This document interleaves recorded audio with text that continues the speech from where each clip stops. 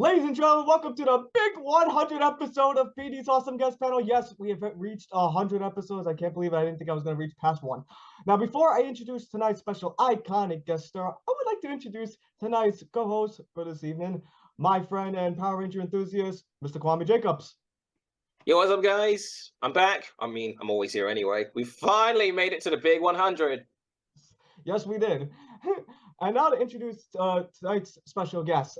Before I do, I want to read this woman's accolades. She is not only considered one of the greatest Pink Rangers ever in the Power Ranger series, not just my opinion, but that's shared by many, but she's also the only female Ranger in history to be in 3 consecutive seasons, Mighty Morphin, Zeo, and Turbo. In addition to that, she is also both a Power Ranger legend and a Fox Kids legend to all kids growing up, such as myself. Also, she's also the co-host of the popular YouTube show Power Rangers Playback, along with the great Nakia Baris, who I've also had on the show. Lastly, she is not only considered the star of the Power Rangers franchise, but she's going to be the star of the soon up-and-coming Netflix special Mighty Morphin Power Rangers Once and Always, released April 19th this month.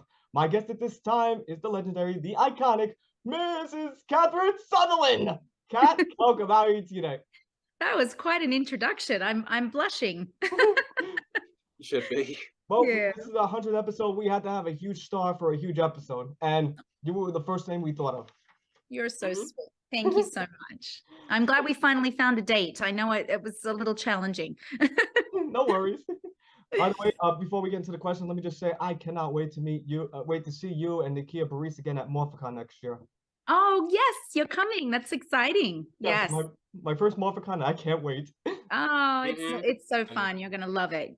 It's a real experience, and for a lot of Ranger fans, it's like the one place where they can have us all together in one space. It's really fun. Absolutely, and like I said before, I met everywhere when I said you are the greatest Pink Ranger in Power Rangers history, the best. You're so sweet. Thank you. You are. The first question I had for you, Mrs. Sutherland, and that is, this could be a typical cliche question, that is, how and when did you get your first big break and or start into acting? Take us there. Yeah, I was a dancer to start off with when I was little, and then did, like everybody does, musicals at school and whatnot, and had started singing and playing piano. And then when I was 14, I wanted to go to this performing arts school that was in Sydney, and so my parents agreed, and I started there when I was 14 and got more involved in acting. Like that kind of became more of my passion than dancing did.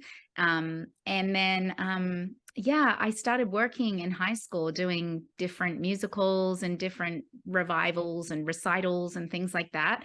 And then when I left high school, I decided to go to acting school, and I was scouted to be a model when I was about 17. So my modeling agency at the time also wanted to represent me as an actor. And so they started sending me out for commercials and shows and whatnot. And not long after that, I got the call for Power Rangers, and so I was only 20 when I moved over here for Power Rangers. So it was a big change and turning point in my life. But I can't remember ever wanting to do anything else, to be honest. So very inspiring story, Mrs. Sutherland. I agree. Kwame, you had a question? You got it. All right. Do you have any memories of your audition for Mighty Morphin Power Rangers, and what was your reaction when you finally got the role? Yes, so I didn't know anything about Power Rangers. It hadn't even started airing in Australia yet when I auditioned. So I just got a call for it was a series regular in a children's show.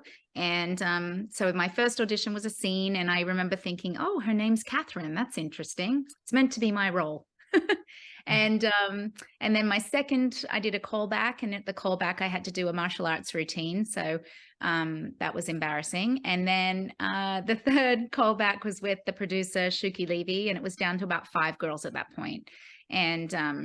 And I remember leaving the room and turning back to him and saying, I hope you make the right decision. And that's not something I would ever have said at that age. I was very insecure at that age.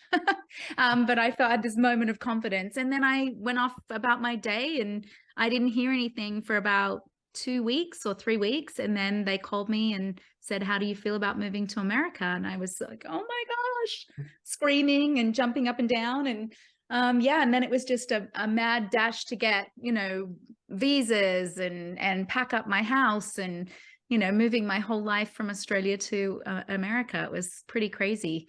But I didn't know I was replacing Amy. I didn't know. I just thought I was being added to the cast. So when I got here and realized I was actually going to be like a new ranger, and she was leaving and stuff, it was a whole shift in perspective of like, wow, I really have to step up to the plate, and I had big shoes to fill.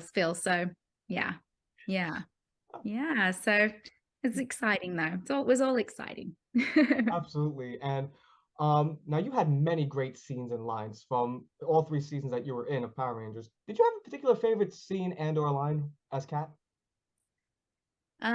Favorite scene. I really loved it wasn't necessarily a scene, but I really loved the episode when I became the Pink Ranger, the different shade of pink. It was like a 2-part episode. I just really liked the way they tied it all together, and so that was really enjoyable. One of the I don't really have a favorite line other than saying it's morphin time. That's always pretty iconic, but a lot of fans really liked when I said that, which I posted on my page today, actually, when I say pink, something about the pink. What did I say? Pink power. I don't care. Ranger power? No, I don't care how powerful, dangerous pink power is, or pink. I can't remember what I said now. Anyway, that line about pink power, pink energy being too powerful. And then when I was Catastrophe, the monster, I had lots of funny lines like no more pussyfooting around, or it's time to play a game of cat and mouse. I had all these funny, corny lines. They were always fun to do too. So yeah. We definitely have a catastrophe question soon, but before we get to that question, Kwame, you got another one? All right. Oh yeah. Favorite Mighty Morphin Zeo or Turbo episode that you enjoy? I'll give you one from each season. I just said Mighty Morphin would be probably different shade of pink, was my favorite. In Zeo, I really liked 2. One of them was the one with Smokey, the dog. I think it was called Every Dog Has Its Day, where I was training a dog, and I sprained my ankle, and the dog has to bring my Zeonizer to me. And that one was a really fun episode. And I really loved the one where we went to the snow, and I'm trying to find Tommy a new love interest because Kimberly sent him the letter, and then Tommy and Kat realized they have feelings for each other. So that was a really nice episode. It was fun to film in the snow and everything. And my favorite Turbo episode was Wait and See. And that was when Kat was struggling with her self-esteem, and she doesn't want to eat, and she gets struck by a spell where she's floating around all over the place. And I just really liked the message because I was a dancer, and then modeling too. It definitely, for girls, you know, in that industry, it makes you can make you insecure and question yourself. And so I loved that the message was about it's what's on the inside that matters. So I thought it was a really positive message for young ladies and boys. So very cool. I'll give you my 3 favorite of all time from each season. It would be, I believe it was the Changing the Zords, where I will get to this day. That ending was probably one of the best endings for a villain I've ever seen in my life. I mean, like, I'll before I share this line with you, Ms. Sutherland, the line, I just love it so much. It's like when you were in the Falcon Zord, you sneak up on Tommy, attack him, zap him, take him out of the Zord, and you give him to Lord Zed. And the delivery you did not only felt like watching this as a kid, not only felt like death was staring right in back of me, but it felt like death stared a hole right through me when you did this line. And that was the line when you said, "Enjoy your little cat nap, Tommy." And then you go, "Lord Zed, the Falcon Zord is all yours." And then you had the evil, like, red eyes. The evil red eyes. Oh, yeah, I remember now.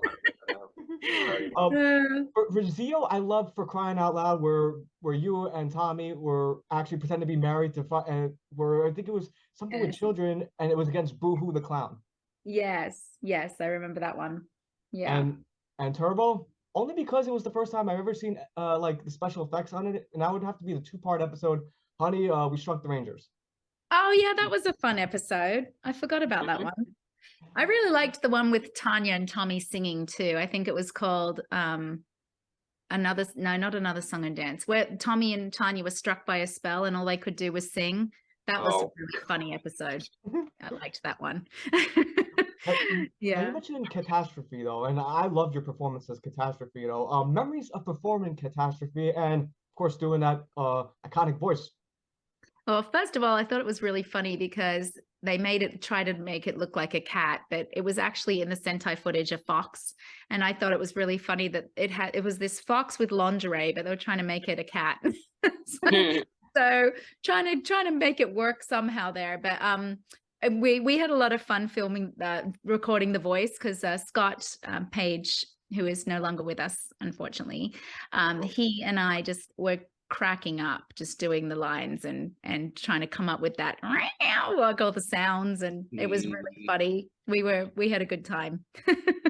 Scott was Porto in Turbo, right? Yes. Okay. Yes.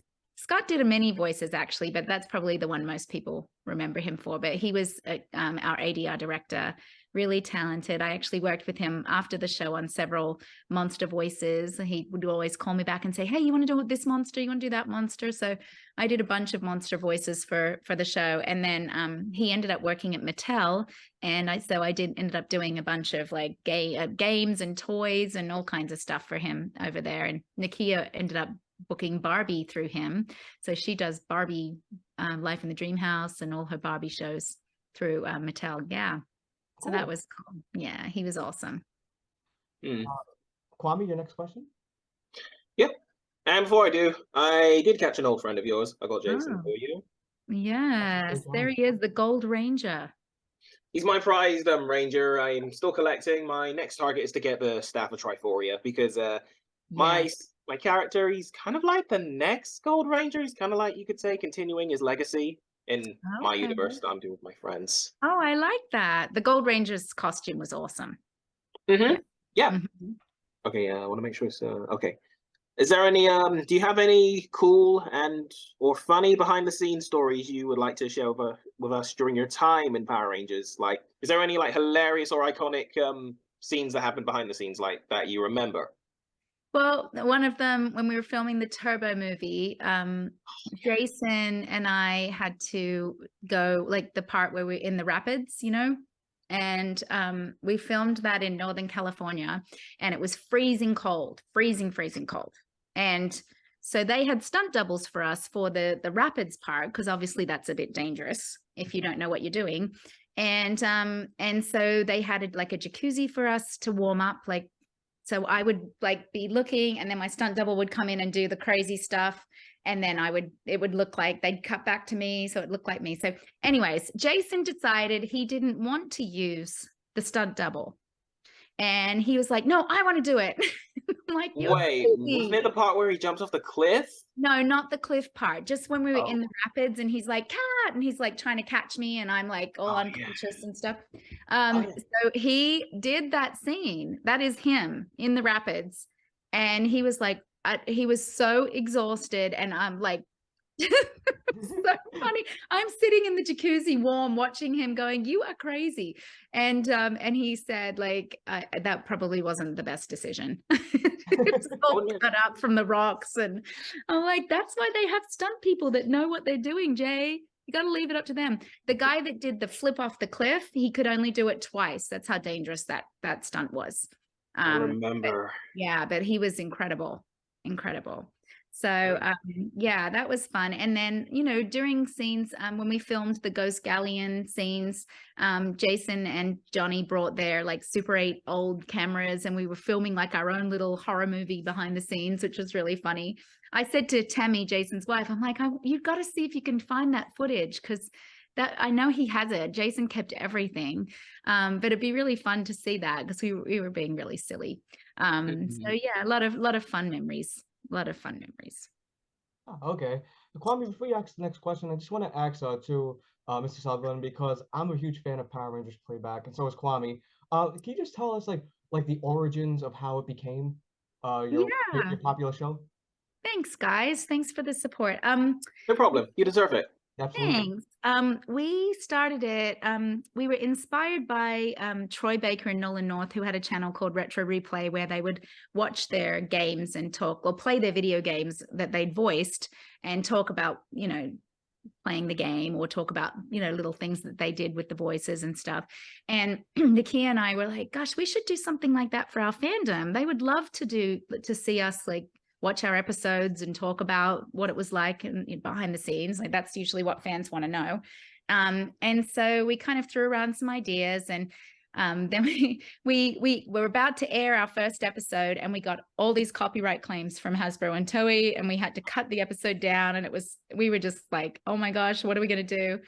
And so we came up with all kinds of other ways that we could bring content to the fans without it being, you know, violating any, you know, copyright terms. So then COVID hit, and we had a lot of time to be creative and come up with ideas. And we ended up adding membership to our channel so that we could create a community. We really wanted to create a community for the Ranger fans, because they'd taken away conventions and everything, and just finding a space where they could talk about the show and connect, and just have a place where it was joyful and happy. And we all needed that, right, during that time. So it became so much more than we expected it to become. It just grew into this really fun space. And so we've continued it, and we would love it to grow even more. And it's been wonderful to see the community growing. Like a lot of our channel members have become friends now and meet up at conventions, and it really help each other through, you know, tough times. And it's just been such a joy to be able to give that back, because the fans give us so much. So so it's fun. And we have live interviews, we do toy reviews, we have a segment called 5 Questions, where we have, you know, a ranger picking their favorite episode and then talking about answering different questions that we ask them. We have a game show called Who Knows It Best, like a game show trivia. We'd have travel adventures with Kat and Nakia, when we have videos of us traveling all over the place, you know, at conventions and things like that behind the scenes. So yeah, it's turned into a lot more than we thought it would be. So I'm glad you're enjoying it. Yeah. Like, Yeah. because we're huge fans. And and Kwame, you had another question? Sorry. Yeah, that's the right one. Okay. Sorry. No worries. All right. What teachings or important lessons have you left? Sorry. Let me start again. What teachings or important lessons have left you during your time in Power Rangers? Like, is there anything you learned during your time there? Yes, I think it's really important when you're to be present and in the moment and appreciate what God has given you. Because I think I was in my 20s and I was so excited to be on the show, but I don't know that I appreciated it as much as I should have when I was on it. I have a different level of appreciation now looking back. So when I went back for Once and Always, I really tried to just take it in and be grateful and just enjoy every moment.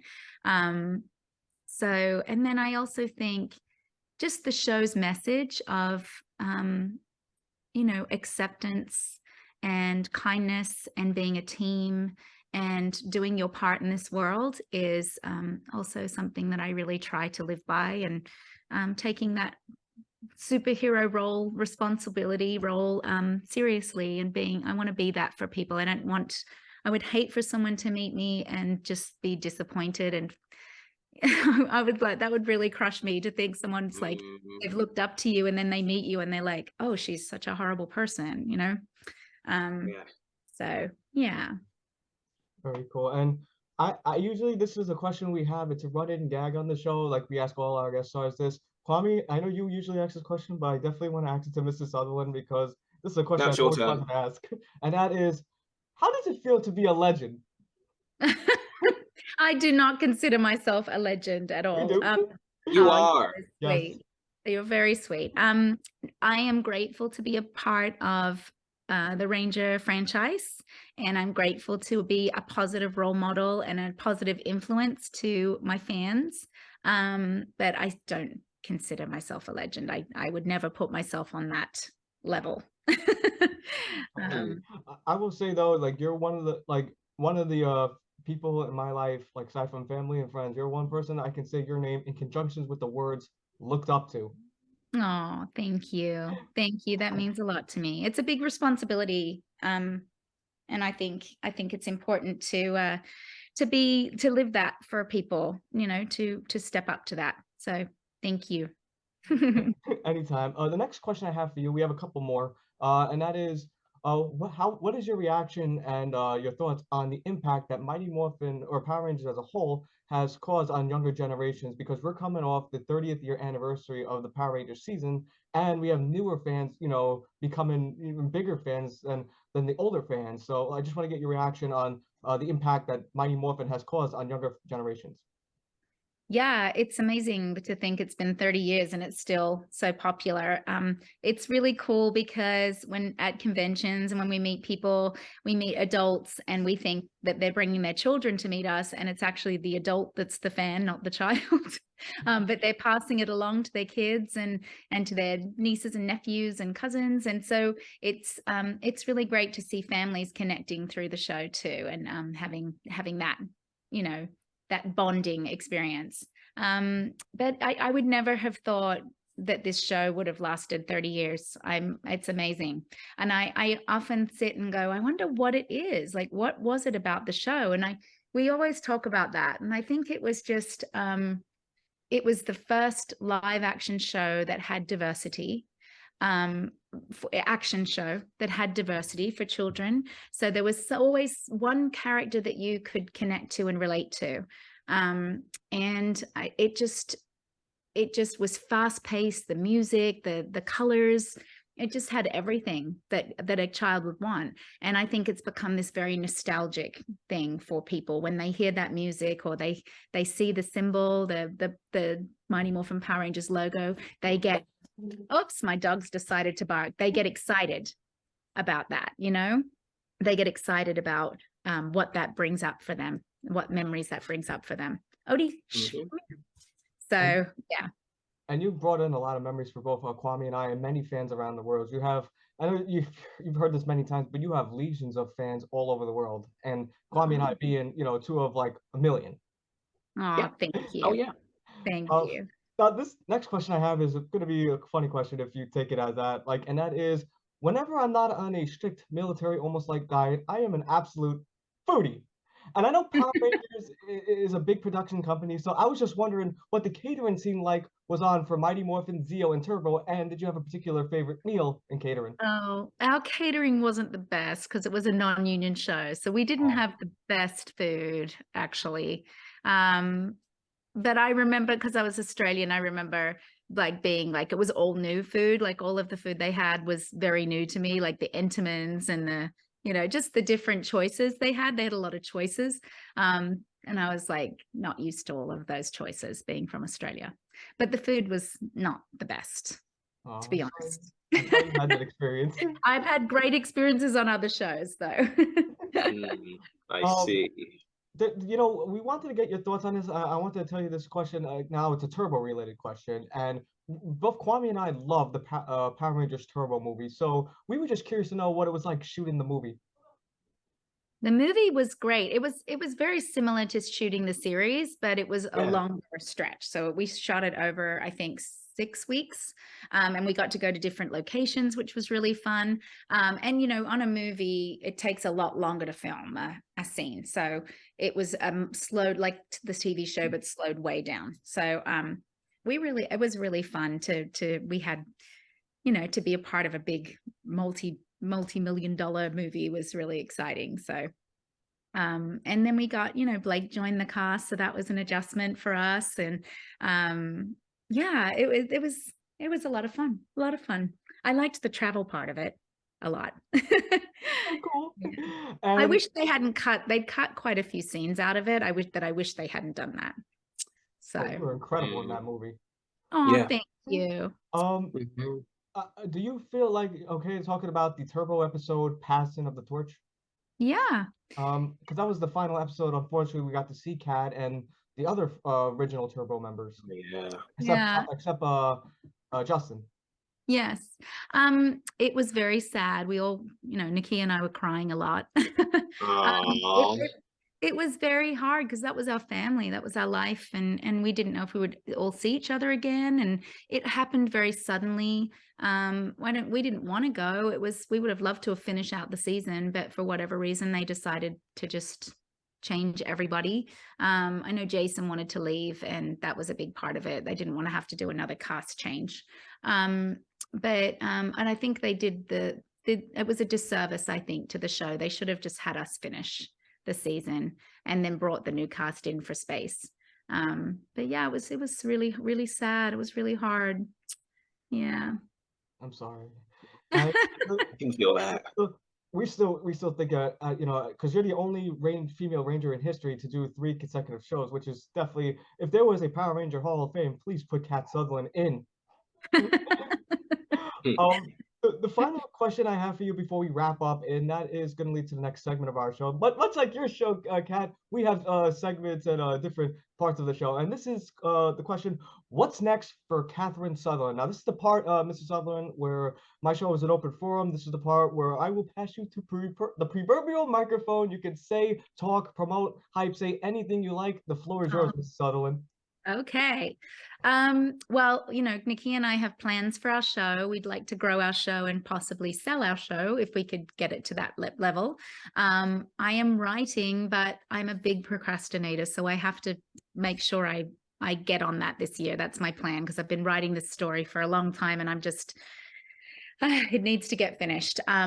Yeah, and then I'm just traveling for conventions, and I'm open to seeing what happens with Once and Always, and hoping the fans enjoy that.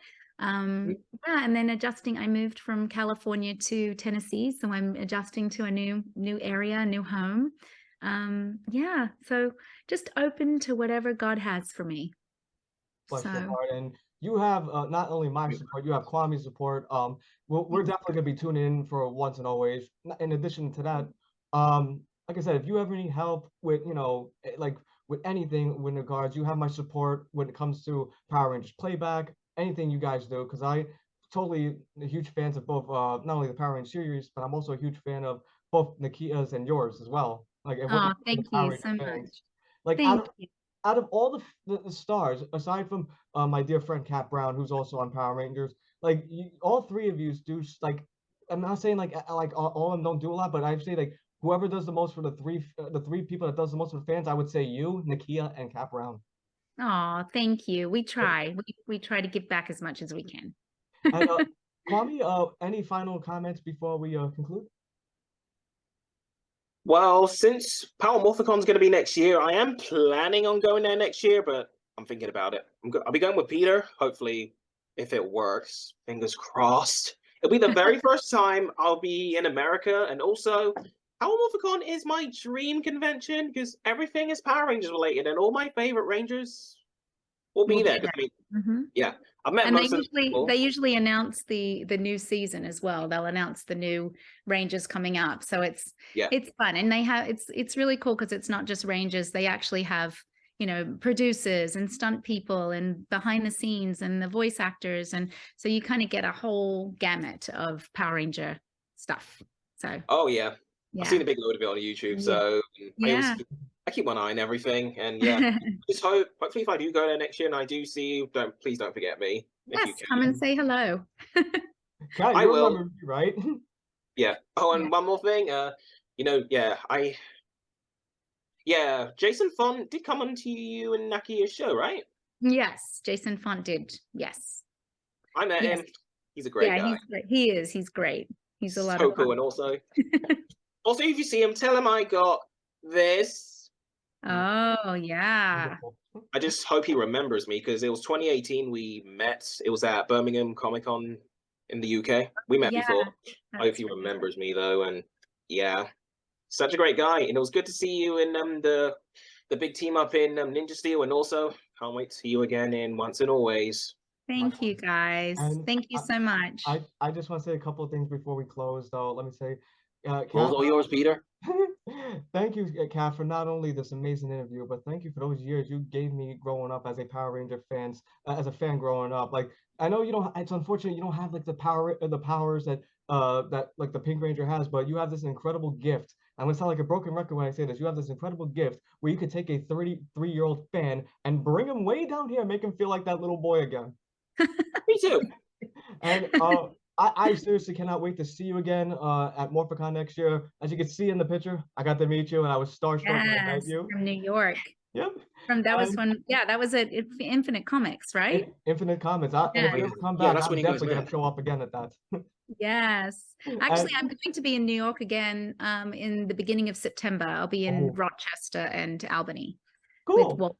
So yeah. Hope to see you there. Yes.